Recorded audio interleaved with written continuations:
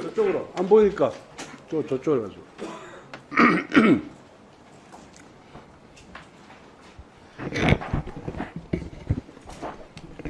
질의 시작하겠습니다.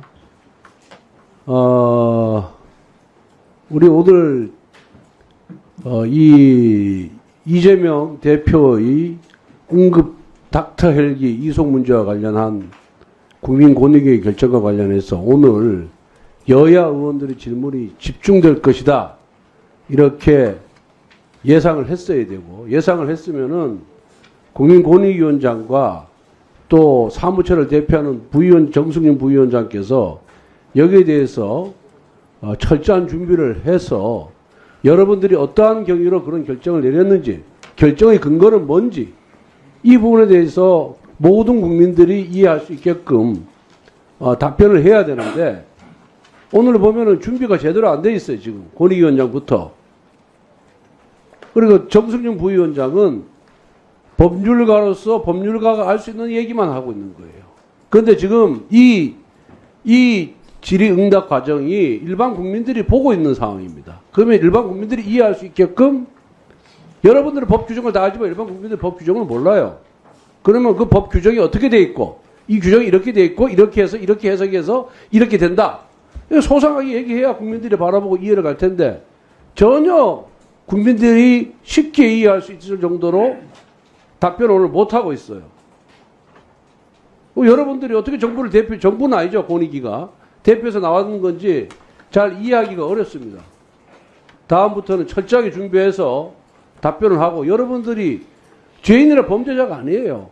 의원들이 뭐 좀 소리를 지르고 추궁한다 하더라도 당신들이 답변해야 될 부분은 위원장한테 허가를 얻어서 계속해서 답변을 해야죠. 그래야 여러분들 결정의 정당성이 국민들한테 보이지 않겠습니까? 무슨 얘기인지 알겠습니까, 위원장님? 예, 잘 알겠습니다. 이재명 대표의 닥터 헬기 문제와 관련해가지고, 그 당시에도 굉장히 논란이 많았습니다. 그거 알고 계시죠? 예. 이 사건 전원위원회에서 결정했습니까? 국민권익위원회? 예, 그렇습니다. 그 몇 명입니까, 전원위원회가? 전원위원회가 한 명 사퇴해서 14명입니다. 14명이 다수결로 결정을 했습니까? 전원 일치로 결정했습니까? 14명 중에 2명이 중도 사퇴해가지고 12명이 다수결로 처리했습니다. 다수결로 처리를 했어요? 그렇습니다. 그리고 국민권익위원회는 독립기관이죠? 그렇습니다. 정부로부터 영향을 안 받죠? 직무상 영향을. 그렇습니다. 그리고 각 의원들이 독립해서 결정하죠. 자신의 양심과 그런 양심에 따라서. 예, 그렇습니다. 법률에 신분이 독립되어 있습니다. 그럼 이 이재명 대표의 닥터 헬기 사건은 누가 신고를 한 겁니까? 권익위에. 여러분이 신고를 하셨습니다. 여러 사람이 신고를 했어요? 예, 한 이게 왜 7건이. 신고를 했냐면 그 당시부터 이게 문제가 됐어요, 벌써. 그 당시 부산대병원에서 수술을 안 받고 서울대병원으로 닥터 헬기를 타고 전원을 해서 수술을 받으니까 대한의사협회에서도 법을 제정하는 자 지킬 것을 강조받는 국민 따로라는 현실을 적나라하게 보여줬다. 민주당은 사과하라고 그랬어요. 그 다음에 부산시 의회도 성명서를 발표해가지고 국가 예상응급의료 체계를 무시한 것이다. 당연히 부산대병원에 수술 받아야 한다.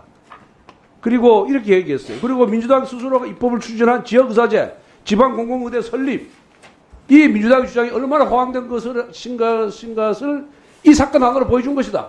이렇게 비판을 했어요. 그러다 보니까 많은 사람들이 고소고발을 했을 겁니다. 아마 신고를 했을 거예요. 그리고 대한소아청소년 의사회는 이재명 대표, 정청래, 천준호 의원을 부산대병원과 서울대병원에 대한 업무방해, 응급의료법 위반으로 고발을 했어요. 이 정도로 굉장히 의사 사회에서는 이 응급 닥터 헬기를 이용한 문제에 대해서 굉장히 격앙돼 있었다고. 그런데 이 결과는 국회의원은 처벌 규정이 없어요.